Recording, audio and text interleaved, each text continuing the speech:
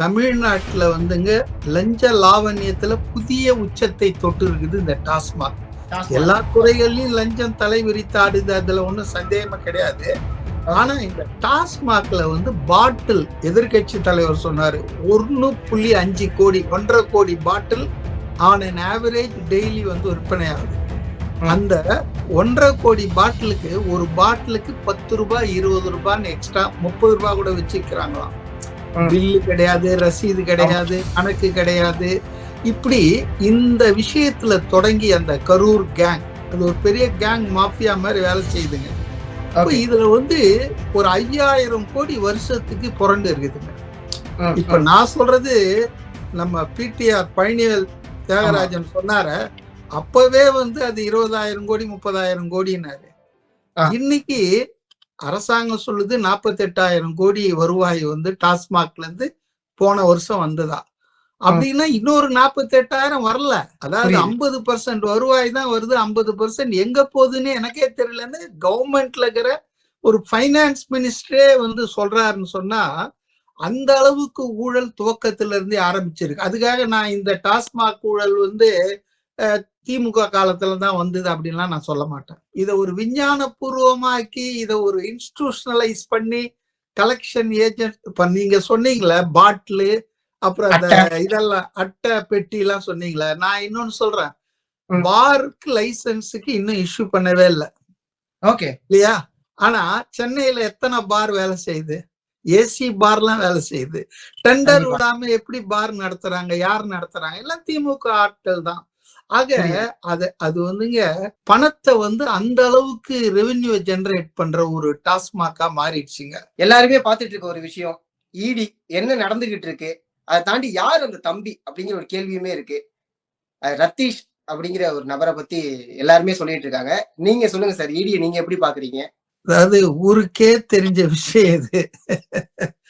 அதாவதுங்க டாஸ்மாக் வந்து நிறுவனத்துல ஊழல் நடக்குது அப்படின்னு சொல்லிட்டு இன்னைக்கு நேத்து இல்லைங்க, நிதி அமைச்சரா திமுக அமைச்சரவையில பழனிவேல் தியாகராஜன் இருக்கும்போது சட்டமன்றத்திலே பேசியிருக்காரு. அதாவது டாஸ்மாக்ல இருந்து வர ரெவென்யூ வந்து 50% ஃபில்ஃபரேஜ் ஆகுது, எங்க போகுது யார் தெரியல அப்படின்ற மாதிரி அவரே பேசியிருக்காரு. It is on record. அது மட்டும் இல்லாம திமுக காட்சியிலயும் காலத்திலயும் அதிமுக காலத்திலயும் ஒரு 40க்கும் மேற்பட்ட எஃப்ஐஆர்கள் வந்து இந்த டாஸ்மாக்ல முறைகேடுகளை பத்தி பதியப்பட்டிருக்குது. இப்ப இந்த அடிப்படையில தான் வந்து இன்னைக்கு இடி வந்திருக்குதே தவிர ஏதோ வானத்துல இருந்து இடி குதிக்கல. ரெண்டாவது, இந்த டாஸ்மாக்ல வந்து ஒரு 2-3 மாசத்துக்கு முன்னால பண்ணாங்க இல்லையா சோதனை, அப்போ வந்து நிறைய பிரச்சனைகளை வந்து தமிழ்நாடு அரசும் டாஸ்மாக் நிறுவனமும் இடிக்கு கொடுத்தாங்க. குறிப்பா உயர் நீதிமன்றத்துக்கு போய் இது வந்து கூட்டாட்சி தத்துவத்துக்கு எதிரானது, அதாவது பெடரல் பாலிசிக்கே எதிரானது, ஆகவே இந்த சோதனையை வந்து செல்லுபடி இல்லாதாக்கணும், இவங்களுக்கு தடை விதிக்கணும் அப்படின்லாம் சொல்லி உயர் நீதிமன்றத்துல மனு தொடுத்தாங்க. அந்த மனு பரிசீலனையில இருக்கும்போது உச்ச நீதிமன்றத்துக்கு போனாங்க. ஆக அவங்க பதட்டம், திமுக ஆட்சியாளர்களுடைய பதட்டம் இதுல இருந்து தெரியுது. இது கூட்டாட்சி தத்துவத்துக்கு வேற இழுத்துக்கினாங்க. இந்த ஊழலுக்கும் மோசடிக்கும் கூட்டாட்சி தத்துவத்தை வேற இழுத்தாங்க. ஆனா சுப்ரீம் கோர்ட்ல வந்து அவங்க தெளிவா சொல்லிட்டாங்க, இது வந்து நாங்க தலையிட மாட்டோம், ஹைகோர்ட் சென்னையில தான் இருக்கு, அங்க போய் பாத்துங்கன்னு. அங்க வந்தவனும் இவங்க வந்து எல்லாரையும் ப்ரோவோக் பண்றாங்க பாருங்க. எப்படி நியாயமா போறவன கூட கோபப்படுத்துறதுல வந்து திமுக காரங்க ரொம்ப எக்ஸ்பர்ட். இப்போ உயர் நீதிமன்ற நீதிபதிகளையும் எரிச்சல் அடைய வச்சாங்க. அவங்களே கேட்டாங்க, எங்க கிட்ட இத சொல்லாம எங்க மேல சந்தேகம்னா நீங்க நேரம் சுப்ரீம் கோர்ட் போயிருக்கலாம, எங்க கிட்ட கேஸ் போட்டு எங்களுக்கே தகவல் சொல்லாம இரவோடு இரவாக உச்ச நீதிமன்றத்துக்கு ஏன் போனீங்க அப்படின்லாம் எங்க மேல நம்பிக்கை இல்லையான்னு. அங்க போய் என்ன சொன்னாங்கன்னா, வேறு மாநிலத்துக்கு மாத்துங்கன்னாங்க இந்த கேஸ. அதனாலதான் இந்த பதப்பதிப்பு நடந்தது. அதுக்கப்புறம் ஹைகோர்ட் வந்து அவங்க சொன்னதெல்லாம் தள்ளுபடி பண்ணி இடி வந்து சட்டப்படி விசாரணை பண்ணலாம், சோதனை பண்ணலாம், அது ஒண்ணும் தப்பு கிடையாது, கூட்டாட்சிக்கு தத்துவத்துக்கெல்லாம் எதிரானது இல்லை, போய் வேலையை பாருங்கன்ட்டாங்க. So okay, okay. அதுக்கப்புறம் இவங்களுக்கு என்ன செய்யறதுன்னு தெரியாம போச்சு. ஏன்னா ஏற்கனவே உச்ச நீதிமன்றத்துக்கு வர போயிட்டு ஆமா, வந்துட்டாங்க. சோ ஆமா. இவங்களுக்கு அப்போ வேற வழியே இல்ல. அதுக்கப்புறம் இடியை இந்த விஷயத்துல பொறுத்த வரைக்கும் இடி வந்து ரொம்ப நிதானமா தான், ரொம்ப ஜாக்கிரதையா தான், எச்சரிக்கையா தான் ஹேண்டில் பண்ணியிருக்காங்க. ஓகே. மேபி அவங்களுக்கு தெரிஞ்சிருக்கலாம் இது திமுகவுடைய ஃபர்ஸ்ட் ஃபேமிலி. ஆ. தமிழ்நாடு கவர்மெண்ட்ல chief minister, deputy chief minister இவங்கெல்லாம் சம்பந்தப்படுற கேஸ்ன்றதால they want to be very careful. அது வந்து டு ஹேண்டில். மெத்தடிக்கலா போனோம் அப்படின்றதுல தெளிவா இருந்திருக்காங்க. அதனால அந்த தீர்ப்பு இவங்களுக்கு சாதகமா வந்தவொன்னு உடனே வந்து கதவை தட்டல. ஒரு ஓகே, 2, 3 வாரம் கம்முன்னு விட்டுட்டு, இப்ப ஓகே. இந்த விசாகன் ஐஏஎஸ் இருக்காருங்களே, அதாவது ஆமா. மேனேஜிங் டைரக்டர் ஆஃப் டாஸ்மாக், அவரு ஆ. ஒரு ஐஏஎஸ் அதிகாரி. இப்ப ஓகே. அவரு 2 சம்மன்களை வந்து அவர் மதிக்கவே இல்லை. இடி அமைச்ச சம்மன்களை. ம். அது காரணம் நான் கோர்ட்ல கேஸ் போட்டிருக்கேன், பெண்டிங் இருக்குது கோர்ட்ல, அது வரைக்கும் நான் அப்படி ஏதோ ஜால் ஜாப் பண்ணாரு. ஓகே. ஆனா இதுல என்ன விஷயம்னா, முதல் ரெய்டும் போதே அங்க பணியாற்றிய 3 முக்கிய அதிகாரிகள், அந்த ப்ரொக்யூர்மெண்ட் போடுறவரு, டெண்டர் போடுற அதிகாரி, இவங்களது செல்போனு, இவங்க எல்லா லேப்டாப்பும் தூக்கின்னு போயிட்டாங்க. அந்த அட்டை பாக்ஸ் முதற்கொண்டு ஒருத்தவர் தான் ஓவராலா கான்ட்ராக்ட் எடுத்து தமிழ்நாடு முழுக்க அவர்தான் அந்த அட்டை ஐ மீன் வரக்கூடிய. ஓகே, அதெல்லாம் மக்கள் பணம் தாங்க, அப்பாவிகள். எவனும் டாடா பிர்லா வந்து குடிக்கிறது இல்ல. எல்லாமே சாமானியர்கள், ஏழைகள், ஆமா. உழைப்பாளிகள், விவசாயிகள், தொழிலாளிகள், கூலி தொழிலாளிகள், இவன் தான் குடிக்கிறான். இவன் காசை வாங்கி இந்த அளவுக்கு பண்ணிட்டு ஏழையின் சிரிப்பில் இறைவனை காண்போம் திமுக ஆட்கள். ஓகே, இன்னும் இந்த செகண்ட் ரிப்போர்ட்டை பத்தி இடி இன்னும் அபிஷியலா ரிப்போர்ட் எதுவும் கொடுக்கல. ஓகே. 2 நாள் ரெய்டு பண்ணாங்களே தவிர, விசாகன்லாம் 10-15 மணி நேரம் 2 நாள் அவரை விசாரிச்சிருக்காங்க. ம். அவரு வாக்குமூலம் கொடுத்துட்டதாக சொல்றாங்க. ஓகே. அவரு என்ன வாக்குமூலம் கொடுத்திருக்காரு, அவருக்கு யார் யார் வந்து அப்ரூவரா மாறிட்டாரா என்ன, ஆ. அதெல்லாம் யா யாருக்கும் தெரியாது. யார் வாக்குமூலம் குடுத்ததுன்னு சொல்றீங்க? விசாகன் ஓகே. வாக்குமூலம் கொடுத்ததாலதான் அவர் அரெஸ்ட் ஆகாம ஆமா, தப்பிச்சாருங்க. ஆமா. அவரு வந்து நான் வாக்குமூலம் அரெஸ்ட் பண்ணிருப்பாங்க. இடி அரெஸ்ட் பண்ணி அவங்க வந்து கஸ்டடியில எடுப்பாங்க. சோ கண்டிப்பா. Being an IAS officer he should have understood the situation. இந்த இடி வந்து சீஃப் மினிஸ்டர் ஆஃப் டெல்லியை கைது பண்ணி உள்ள வச்சாங்க, அரவிந்த் கெஜ்ரிவால, சட்டமன்ற தேர்தலுக்கு சில மாதங்களுக்கு முன்னால. ஆமா, டெப்டி ஆமா. சீஃப் மினிஸ்டர் மணிஷ் சிசோடியாவை உள்ள வச்சு 7-8 மாசம் உள்ள இருந்தார் அவரு. பல ஆமா. மந்திரிகள் உள்ள இருந்தாங்க. அதனால இடி வந்து ஒரு IAS ஆபீசர் அரெஸ்ட் பண்ணி உள்ள வைக்கிறது பெரிய விஷயம் ஒன்றும் கிடையாது. முடியாத காரியம் இல்ல. அது ஆமா, அவருக்கு நிச்சயம் தெரிஞ்சிருக்கும். அதனால ஐ திங்க் அவர் வந்து வாக்குமூலம் கொடுத்ததுனாலதான் அவரை ம், வந்து ரைட் விசாரணை முடிஞ்சது போங்க, அப்புறம் ம். ஜெனரலா எப்ப கூப்பிட்டாலும் நீங்க வரணும். வரணும்ன்ற மாதிரி சொல்லி இருக்காங்க. இதுல முக்கியமான விஷயம் என்னன்னா, அந்த டியர் பிரதர்னு இவர் வாட்ஸ்அப் அனுப்பிச்சிருக்காரு இல்லையா, யார் அந்த அது தம்பி? இப்ப கிடைச்சதா, துண்டு எப்படி வந்தது, அதெல்லாம் நான் போல. ஆ. இதெல்லாம் இவங்களுக்கு முன்னாலேயே தெரியுங்க. அதாவது இடி ஏற்கனவே இந்த மொபைல் எல்லாம் 3 மொபைல புடிச்சுன்னு போயிட்டாங்க போன 2-3 மாசத்துக்கு முன்னால இந்த ரெய்ட்லயே. அப்போ ஓகே. அவங்க அதெல்லாம் எல்லாத்தையும் எடுத்துட்டு இருப்பாங்க. ம். புரியுதுங்களா? பாஸ்வேர்ட் எல்லாம் அவரை வச்சே எடுத்து ஓபன் பண்ண சொல்லி எல்லாத்தையும் அவங்க எடுத்துட்டு தான் வந்திருக்காங்க. அப்போ ஓகே. இந்த டியர் பிரதர்னு சொல்றது யாருன்றதுதான் இன்னைக்கு முக்கியமான விஷயம். ஆ. தமிழ்நாடு அரசின் எல்லா டிபார்ட்மெண்ட் இன்க்ளூடிங் போலீஸ் கமிஷனர். இது ஏதோ டாஸ்மாக் மட்டும் இல்ல. அவரு வந்து துணை முதலமைச்சருடைய மனசாட்சி போல செயல்பட்டவர் தான் அந்த ரித்தீஷ் இல்லையா? ம். அப்போ அவரு வந்துங்க, எனக்கு கிடைச்ச தகவல் என்னன்னா, முதல் நாள் இடி கூப்பிட்டு நாங்க வந்திருக்கோம், கொஞ்சம் கதவு திறங்க, உள்ள வரணும்னு சொன்னப்போ நான் வாக்கிங் போயிருக்கேன், இதோ வந்துடுறேன்னு 3 மணி நேரம் அவங்கள வாசல்லே நிக்க வச்சுட்டு அவர் வந்து எஸ்கேப் ஆயிட்டாரு. ஓகே. ஆக்சுவலா முதல் நாளே ஈவினிங்கே அவர் வந்து தகவல் அவருக்கு ஏதோ கசிஞ்சு ம். துபாய் வழியா லண்டனுக்கு போயிட்டாருன்னு ஒரு தகவல். அதனால ரித்தீஷ் தான் வந்து இதுல ரொம்ப முக்கியமான ஆள். அந்த தம்பின்றாங்க இல்லையா? ஆமா, இல்லன்னா ஒரு ஐஏஎஸ் ஆபீசர் தன்னுடைய மேல் அதிகாரிக்கு ஏதோ ரிப்போர்ட் கொடுக்குற மாதிரி, இந்த டெண்டர் விவகாரத்துல இங்க இப்படி இருக்குங்க, இத ஹோம் செக்ரட்டரியும் ஃபைனான்ஸ் செக்ரட்டரி இவர் யாருங்க? இந்த தம்பின்றவரு என்ன ஸ்பெஷல் சீஃப் செக்ரட்டரியா? யார் புரியுது. இவரு? ரித்தீஷ் தான்றது உலகத்துக்கே தெரியும். ஆனா ம். துரதிர்ஷ்டவசமா தமிழ்நாட்டு ஊடகங்கள் என்ன விவாதம் நடத்துறாங்கன்னா ஈவினிங்ஸ்ல, பாமகவில் தகராறு அன்புமணிக்கும் ராமதாஸ் இது ரொம்ப தலையாய பிரச்சனை. இது நடந்துட்டு இருக்குது. ஆட்சியே காவு கொடுக்கும் போல இருக்கு. இவ்வளவு பெரிய விஷயம் நடந்துட்டு இருக்கு. 2 நாளா நடக்குது. துணை முதலமைச்சரை குறி வச்சு எல்லாரும் பேசுறாங்க. அப்போ தமிழ்நாட்டில் ஊடகங்கள் எல்லாருக்கும் தெரியும், எல்லா விஷயமும் தெரியும். ஆனா எல்லாரும் மௌனமா இருக்காங்க. அப்போ இந்த ரித்தீஷ்ன்றவரு தப்பிச்சிட்டாரு. அவரை எப்படி ஈடி பிடிக்க போறாங்கன்னு தெரியாது. ஆக இவங்க ஒரு ஆளை வச்சுக்கிட்டு எல்லாம் பண்ணிட்டு வகையா மாட்டிட்டாங்கன்னா அந்த ஆளையே க்ளோஸ் பண்ற கலைகளையும் கற்றவர்கள் தான் ஆட்சியில இருக்கிறவங்க. ஆனா இன்னைக்கு ரித்தீஷ் மாற்றாரோ மாட்டலையோ வராரோ இல்லையோ, விசாகன் எல்லா தகவலையும் சொல்லிட்டு இருப்பாரு. Visakan being an IAS officer and the managing director of the TASMAC, அவரு சொல்றது ஒன்னும் செல்லுபடியாங்க, எந்த கோர்ட்டுக்கு போனாலும் செல்லுபடி ஆகும். அப்போ இன்னைக்கு வகையா தான் திமுக மாட்டிருக்காங்க. அதை விட இன்னொருத்தரையும் காணோன்றாங்க. இன்னும் அபிஷியலா தெரியல. இந்த டான் பிக்சர்ஸ் இருக்காரு இல்லையா, ஆமா சார், அந்த அன்பில் மகேஷ், சிஎம் அவர்களுடைய அண்ணனுடைய மருமக பிள்ளை அப்படிங்கிற மாதிரியான ஒரு இப்படி எல்லாம் சுத்தவானா. கருணாநிதியினுடைய முதல் தாரத்தின் பையன் மூக்கா முத்து எம்ஜிஆருக்கு போட்டியா கொண்டு வந்தாங்கல்ல சினி ஃபீல்டுல, அவரால் தான் அவரு கட்சியை உடைச்சாரு. பிள்ளையோ பிள்ளை, பூக்காரி படங்கள்லாம் எடுத்தாங்க, ஒண்ணும் கிளம்பல. அது டான்னா என்னன்னு தெரியுதா உங்களுக்கு? DAWN, விடியல்.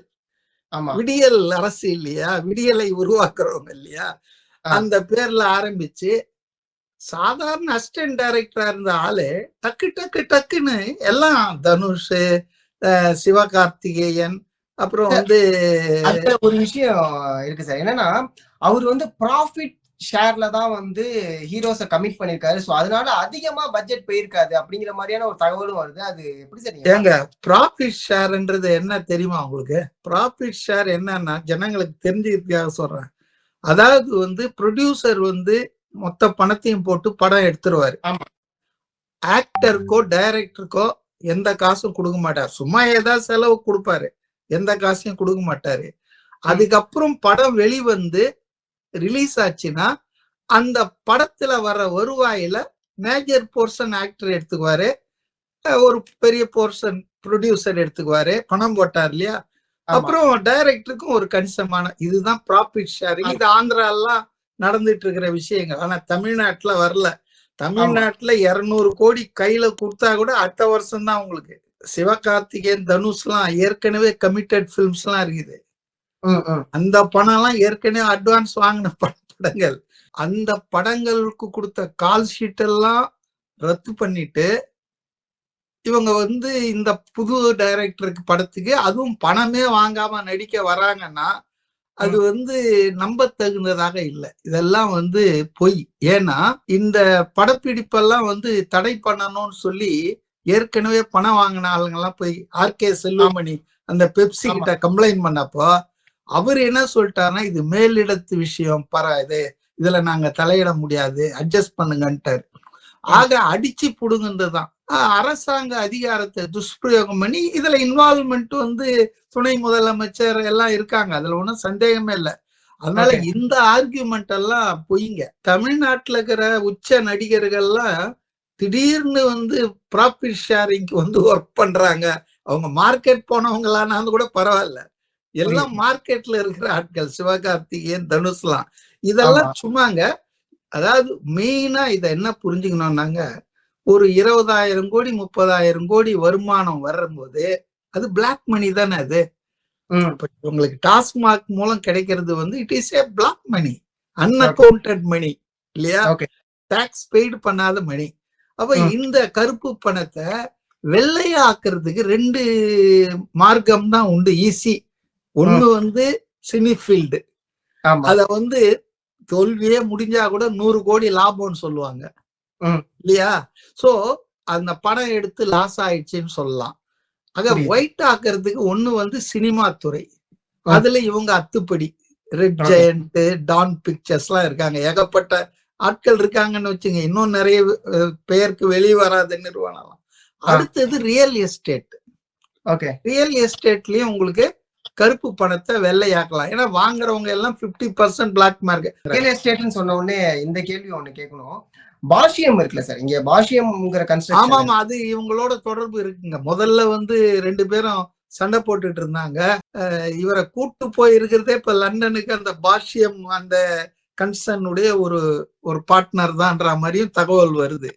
அமித்ஷா கிட்ட நான் பேசி தம்பிய பத்திரமா கொண்டு வந்துடுறேன் சென்னைக்குன்னு எல்லாம் சொல்லிட்டு இருக்காங்களாம். பட் ஆனா ஆளும் வட்டாரம் வந்து ரொம்ப பயப்பீதியில இருக்குங்க. போன ரெய்டும் போதே அவங்க எடுத்த எக்ஸ்ட்ரா ஸ்டெப்ஸ் இருக்குல்ல, இந்த வழக்கை சிடி விசாரிப்பது இல்லீகல், இத வேற மாநிலத்துக்கு போன சுப்ரீம் அப்பவே அவங்க பதட்டம் தெரிஞ்சிடுச்சுங்க. அதாவது சரியான இடத்துல போட்டு கிடுக்கி போட்டு மாட்டிட்டாங்க. அதனால வந்துங்க இந்த இது வந்து திமுகவுக்கு அதுவும் கடைசி வருஷம் இந்த கடைசி ஓவர்ல வந்து ரொம்ப கஷ்டமா இருக்கும். கடைசி ஓவர்ல அடிச்சு விளையாடணும், விக்கெட் போகாமலும் பாத்துக்கணும். ஆனா திமுக ஆட்சி 5வது ஆண்டை தொடங்கின உடனே புள்ளிய வச்சாச்சு. குறி வந்து துணை முதலமைச்சருக்காக வைக்கப்பட்ட குறிதான் இது. வைக்கப்பட்ட குறி இல்லைங்க, நீயே போய் வலையில விழுந்து அவங்க என்னங்க குறி வைக்கிறது? அவங்க சொன்னாங்களா உங்களுக்கு பாட்டில் இப்படி வச்சு விழுங்க, பாதிய வந்து கொள்முதல் பண்ணாம அரசாங்க குடவுன்ல அனுப்பாம நேரா ஃபேக்டரியில இருந்து வாங்கிக்கிங்க, அவங்க சொன்னாங்களா? பாட்டிலுக்கெல்லாம் 5 ரூபாய் கொடுக்குறேன்னு கணக்குல எழுதுங்க, ஆனா அதே பாட்டில திருப்பி ரொட்டேஷன் கொடுங்க, லைசன்ஸ் இல்லாத பார நடத்துங்க, டெண்டர் விடாம கொள்ளை அடிங்கலாம் அவங்க சொன்னாங்களா? இடி வந்து இப்போ உதயநிதி போன்றவர்கள் முதலமைச்சர் ஆகணும்னு ஆசைப்படுறவங்க சினிமா கேரியரை கூட விட்டுட்டு வந்துட்டாரு. அவரு ஒன்னும் பெரிய பிரைட் கேரியர் எல்லாம் ஒன்றும் கிடையாது விஜய் மாதிரி, அது வேற விஷயம். இருந்தாலும் அந்த கேரியர்ல எல்லாம் வேணாம், நம்ம அமைச்சர் துணை முதல்வரா வந்துட்டோம், தமிழ்நாட்டை அடுத்து ஸ்டாலினுக்கு அப்புறமா இல்ல ஸ்டாலின் இருக்கும் போதே 26ல புடுங்கலாம் நினைச்சிட்டு இருக்காங்களா தெரியல. தமிழ்நாட்டின் ஆட்சியை ஒரு சாதாரண நாள் நிழல் துணை முதல்வர்ன்றாங்க. அது எந்த அளவுக்கு உண்மைன்னு தெரியல. ஆனா இந்த அளவுக்கு பவர் அவருக்கு தெரியாம Visakan, he represents deputy chief minister, he is the eyes and ears of deputy chief minister. உதயநிதினு தெரியாம இப்படி எல்லாம் நோட் போடுவாராங்க ஒரு மேல் அதிகாரிக்கு ரிப்போர்ட் கொடுக்கிற மாதிரி. ஆக ஊழலற்ற ஆட்சியை நாங்கள் தருவோம் என்று சொல்லவே முடியாது. இந்த விஷயம் வந்து விஜய்க்கு வந்து அல்வா மாதிரி. ஆனா விஜய் வழக்கம் போல இந்த இந்து பத்திரிகை வந்து கெசட் மாதிரி அரசாங்கமே சொன்னாதான் செய்தியை போடுவாங்க. இந்தியன் எக்ஸ்பிரஸ் அப்படி இல்ல, எல்லாத்தையும் எழுதுவாங்க. அதான் ஜேர்னலிசம். விஜய் வந்து இன்னும் இந்து பத்திரிகை மாதிரி என்ன நினைக்கிறாருன்னா, இடி ஸ்டேட்மெண்ட் வரட்டும், இடி உடைய, ஏன்னா இது ஒரு முக்கியமான இஷ்யூங்க அவருக்கு. லட்டு மாதிரி ஊழலற்ற நிர்வாகம், ஊழலற்ற, ஏன்னா இதுல அதிமுக அதிகமா வாயை திறக்க முடியாது. ஆமா, நீங்க பாத்தீங்கன்னா நேற்று ஊடகங்கள் நேற்று ஊடகங்கள் பாத்தீங்கன்னா ஃபர்ஸ்ட் சேவூர் ராமச்சந்திரன் முன்னாள் அமைச்சர் வீட்டுல ஆன்டி கரப்ஷன் ஸ்டேட் கவர்மெண்ட் உடைய லஞ்ச ஒழிப்பு போலீசார் துருவி ஆராய்ச்சி பண்றாங்க. அது பழி வாங்குதல் இல்ல இவங்களை பொறுத்தவரையில.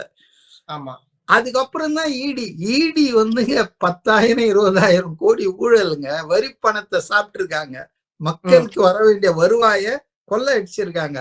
அதை ஈக்குவேட் பண்றாங்க. முதல்ல அதுவும் சேவூர் ராமச்சந்திரன் அதிமுக முன்னாள் அமைச்சர் வீட்டில் சோதனை. அதுக்கப்புறம் அப்படியே சும்மா 2026 மட்டும் இல்ல, 31 36 46லயும் நாங்க தான் பேச ஆரம்பிச்சாரு. ஆக இன்னைக்கு அவங்களுக்கு வந்து போதாத காலம் தான் நான் நினைக்கிறேன். பிஜேபி சர்க்கார் நினைச்சது அப்படின்னா கண்டிப்பா ரத்தீஷ வந்து திருப்பி அழைச்சிட்டு வந்துட முடியும். ஏன்னா அவரு வந்து மறைஞ்சு போய் எங்கேயும் பதுங்கலாம் முடியாது. இங்க இருக்கக்கூடிய சர்க்கார் வந்து நினைச்சா கண்டிப்பா அழைச்சிட்டு வரலாம். இருந்தாலும் அவங்க மௌனம் காக்குறது ஏதோ ஒரு கார்டுக்காக தான். ஜஸ்ட் ஒரு ஓகே, அதாவது ரெண்டு நோக்கம் இருக்கலாங்க. பிஜேபி வந்து ஊழலை ஒழிக்க வந்த கட்சி நான் சொல்ல மாட்டேன். அது ஒரு பெரிய ஊழல், அது மகா சமுத்திரம். அஜித் பவார் பல பேர் இருக்காங்க, ஹேமந்த் சர்மா இருக்காரு அஸ்ஸாம் முதலமைச்சர், மகாராஷ்டிரா துணை முதலமைச்சர், இவங்க எல்லாம் பல ஆயிரம் கோடி சாப்பிட்டுட்டாங்கன்னு சொல்லி ஏப்பம் விட்டாங்கன்னு பப்ளிக்கா மோடி பேசியிருக்காரு, அமித்ஷா பேசியிருக்காரு. அவங்க எல்லாம் பிஜேபியில சேர்ந்த ஒன்னும் அவங்கள முதலமைச்சரா துணை முதலமைச்சரா ஆக்கிட்டாங்க. Clean slate. அது வந்து ஊழலை ஒழிக்கணும்னா எங்க இருந்தாலும் புடிச்சு இழுத்துன்னு வந்துருவாங்க. கண்டிப்பா கண்டிப்பா இல்லையா? ஆனா இவங்களது வந்து உங்க குடுமி எங்க கையில இருக்கணும்.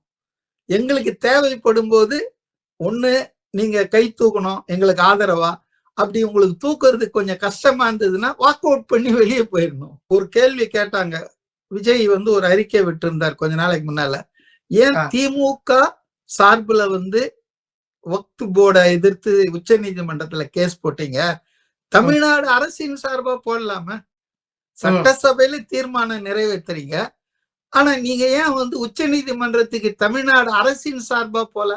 இப்ப தமிழ்நாடு அரசின் சார்பா போறதுக்கு செலவாகும்னா, அந்த அண்ணா நகர் கேஸ் ஒண்ணு இல்ல, ஒரு சிறுமி பாலியல், அதாவது சிபிஐக்கு கொடுத்துச்சு மெட்ராஸ் ஹைகோர்ட்ன்ட்டு இவங்க சுப்ரீம் கோர்ட் வரைக்கும் போயிட்டு வந்தாங்க. ஒரு நாளைக்கு 50 லட்சம் ரூபாய் வாங்குற வக்கீல் எல்லாம் வச்சாங்க கவர்மெண்ட். அதே போல போலீஸ் கமிஷனர் இருக்காரு இல்லையா, அருண் தானே சிட்டி போலீஸ் கமிஷனர், அவரு மேல ஒரு ரிமார்க் மெட்ராஸ் ஹைகோர்ட் வந்து பாஸ் பண்ணிடுச்சு. அந்த எஃப்ஐஆர் லீக் ஆன விஷயம், பேட்டி கொடுத்ததெல்லாம் வச்சு ஹைகோர்ட்ல அதை எதிர்த்து சுப்ரீம் கோர்ட் வரைக்கும் போனாங்க, அதை ரிமூவ் பண்ணோன்றதுக்கு. இப்ப இதுக்கெல்லாம் தமிழ்நாடு அரசு பணத்தை பயன்படுத்த, ஏன் இஸ்லாமியர்களுக்கு வாய்க்கிழிய பேசுறீங்க, சட்டமன்றத்துல தீர்மானம் போடுறீங்க, ஏன் உச்ச நீதிமன்றத்துல ஆஸ் கவர்மெண்ட் ஆஃப் தமிழ்நாடு நீங்க போல அப்படின்னு அவரு சரியான கேள்வியை கேட்டாரு. அதுக்கு அவங்க மழுப்பெல்லாம் இல்ல திமுக போயிருக்கு, ராஜா போயிருக்காரு அப்படி இப்படின்றாங்க. 7.5 கோடி தமிழ் மக்களை பிரதிபலிக்க கூடியது தமிழ்நாடு அரசு இல்லையா? அப்ப கவர்மெண்ட் ஆஃப் தமிழ்நாடு தான் போயிருக்கணும். அதுக்கு வந்து நிறைய விஷயங்களை சொல்லுவாங்க, ரைட். அதாவது என்னன்னா, அடிக்கவும் ஆசை, காயப்பற்ற கூடாது. இதே தான் இப்ப பிஜேபி பண்றது. ஜனங்க எல்லாத்தையும் பார்த்துட்டு இருக்காங்க. கண்டிப்பா ஜனங்க தான் வந்துங்க நீதிபதிகள் ஜனநாயகத்துல. அவங்க இந்த தமாசு, இந்த கலாட்டா எல்லாத்தையும் பார்த்துட்டு தான் இருக்காங்க. அவங்க ஒரு முடிவுக்கு வருவாங்க, திமுக வந்து மிகப்பெரிய அளவுக்கு ஊழல் பண்ணிட்டு இருக்கு, இத மத்திய அரசாங்கம் கண்டுக்காம இருக்குது அப்படின்றது அவங்க முடிவுக்கு வருவாங்க. அதனால திமுகவுக்கும் இதனால கெட்ட பேர் தாங்க. பிஜேபி அண்ட் அண்ணா திமுக இதுல அட்வான்டேஜ் எடுக்க முடியாது, புரியுதுங்களா? ஏன்னா அண்ணா திமுக காலத்திலயும் இந்த இதெல்லாம் வருதுங்க. பிஜேபி வந்து ஒன்னும் பெரிய ஊழலற்ற கட்சின்னு அவங்க மார்த்தட்ட முடியாதுங்க. அப்போ தமிழ்நாட்டுல இது சம்பந்தமாக ஆதாயம் அரசியல் ரீதியா அடையக்கூடிய வாய்ப்பு தாவேகா விஜய்க்கு தான் இருக்கு. ஆனா அதை அவர் அடைவதற்கு முயற்சி எடுக்கணும். ஜென்டில்மேன் பொலிட்டிஷியன்றதால தடாலடி அரசியல்வாதி இல்ல விஜய், ஜென்டில்மேன். அதனால அவர் வந்து அபிஷியலா வந்து இடி ஸ்டேட்மெண்ட் வரட்டும்னு கூட வெயிட் பண்ணலாம், புரியுதுங்களா? நம்ம எதுக்கு வாய் புளிச்சதோ மாங்காய் புளிச்சதோன்னு அறிக்கை விடணும் மற்றவர்கள் மாதிரி. தான் ஒரு டிஃபரெண்ட் டைப்பான பொலிட்டீஷியன் விஜய் காட்டிக்கணும்னு அவர் தெளிவா இருக்காருங்க. துவக்கத்துல இருந்தே அவர் வந்து ரொம்ப தெளிவா இருக்காரு. ஆமா, நான் வந்து இந்த மாமூலான அவனை திட்டுறது இவனை திட்டுறது சகட்டு மணிக்கு வையறது தனிப்பட்ட முறையில அப்படிலாம் செய்யறதே கிடையாது அவரு. அப்போ அதனால maybe is expecting the official statement from இடி. அதுக்கப்புறம் அவர் ரியாக்ட் பண்ணுவார் நினைக்கிறேன். பட் எனியோ இந்த விவகாரங்களால் அது கடைசியா லாஜிக்கல் எண்டு போய் அரெஸ்ட் ஆகுறாங்களா, இதெல்லாம் வந்து வெளியே வருதா, ஜெயிலுக்கு போறாங்களா, இதெல்லாம் விஷயம். ஆனா இது வந்து 2-3 கட்சியையும் அம்பலப்படுத்திடும் மக்கள் முன்னால. அதான் நான் நினைக்கிறேன். இதை நான் political advantage will be for TVK தான் நான் நினைக்கிறேன்.